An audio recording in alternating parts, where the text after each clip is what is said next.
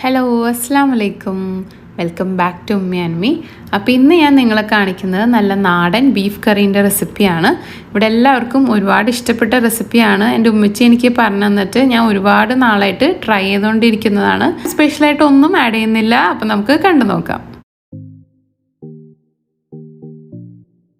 ആദ്യം തന്നെ കുക്കറിലേക്ക് 1 ടേബിൾ സ്പൂൺ വെളിച്ചെണ്ണ ഒഴിച്ചു കൊടുക്കാം. അതിലേക്ക് 4 മീഡിയം സൈസ് സവാള സ്ലൈസ് ചെയ്തത് നമുക്ക് ഇട്ട് കൊടുക്കാം. അതിലേക്ക് ഒരു 5 പച്ചമുളക് ഒന്ന് കട്ട് ചെയ്തിട്ട് ഇട്ട് കൊടുക്കാം. നമ്മുടെ എരിവിനനുസരിച്ച് കൂട്ടിയൊക്കെ എടുക്കാം. ഇതിലേക്ക് 2 വലിയ ടേബിൾ സ്പൂൺ ഇഞ്ചി വെളുത്തുള്ളി പേസ്റ്റ് ഇട്ട് കൊടുക്കാം. ആവശ്യത്തിനുള്ള ഉപ്പിട്ട് നന്നായിട്ട് ഇതൊന്ന് മിക്സ് ചെയ്തെടുക്കാം. ഇത് ഒരുപാട് സമയം വഴറ്റൊന്നും വേണ്ട. ജസ്റ്റ് ഈ സവാളയൊക്കെ ഒന്ന് ട്രാൻസ്പെറൻ്റ് ആവണ വരെ നമുക്കിതൊന്ന് വഴറ്റിയെടുത്താൽ മതി. അപ്പോൾ ഇതാ ഈ ഒരു സ്റ്റേജിലാണ് നമുക്കിനി നമുക്കൊന്ന് വറുത്തെടുക്കണം. അപ്പോൾ ഇത് ഇവിടെ കിടന്നൊന്നാവട്ടെ. ഒരു മീഡിയം ഫ്ലെയിമിൽ ഇട്ട് കൊടുക്കാം. നമുക്ക് പൊടികളൊന്ന് റോസ്റ്റ് ചെയ്തെടുക്കാം. ഇനി ഒരു പാൻ വെച്ച് അതിലേക്ക് ഒരു 1/2 ടേബിൾ സ്പൂൺ മഞ്ഞൾപ്പൊടി, 2 ടേബിൾ സ്പൂൺ കാശ്മീരി മുളക് പൊടി, 3 ടേബിൾ സ്പൂൺ മല്ലിപ്പൊടി, 1/2 ടേബിൾ സ്പൂൺ ഗരം മസാല അല്ലെങ്കിൽ മീറ്റ് മസാല ആഡ് ചെയ്യാം. ഇനി ഇത് വെരി ലോ ഫ്ലെയിമിൽ ഇട്ട് കൊടുത്തിട്ട് നമുക്കിതൊന്ന് വറുത്തെടുക്കാം. ഒരുപാട് സമയം വഴറ്റി ഇത് കരിഞ്ഞു പോകരുത്, പെട്ടെന്ന് കരിഞ്ഞു പോവും. അപ്പോൾ ഇതിൻ്റെ കളറൊക്കെ ഒന്ന് ചേഞ്ച് ആവണ വരെ നമുക്കിതൊന്ന് വറുത്തെടുത്താൽ മതി.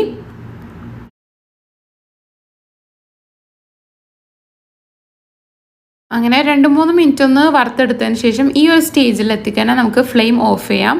എന്നിട്ട് പെട്ടെന്ന് തന്നെ നമുക്കിത് ഗ്യാസ് അടുപ്പിൽ നിന്ന് മാറ്റാം, അല്ലെങ്കിൽ ഇത് പെട്ടെന്ന് കരിഞ്ഞു പോവും. എന്നിട്ട് ഇത് കുക്കറിലേക്ക് ഇട്ട് കൊടുക്കാം.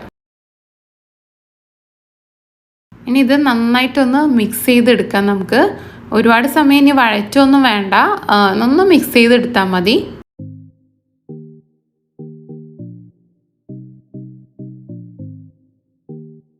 ഇനി ഇതിലേക്ക് ഒരു മീഡിയം സൈസ് തക്കാളി ഇട്ട് കൊടുത്തിട്ടുണ്ട്. ഇതിപ്പോൾ 1 കിലോ ബീഫാണ്. കഴുകി വൃത്തിയാക്കി കട്ട് ചെയ്ത് ചെറിയ പീസാക്കിയ ബീഫ് നമുക്കിതിലേക്ക് ഇട്ട് കൊടുക്കാം.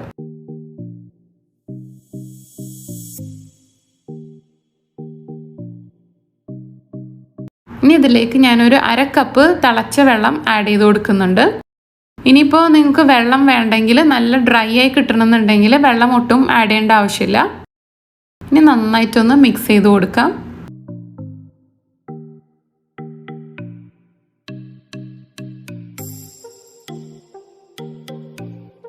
ഇനി ഇതിലേക്ക് ഉപ്പ് നോക്കിയിട്ട് ആവശ്യത്തിന് ഉപ്പും ആഡ് ചെയ്ത് കൊടുക്കാം.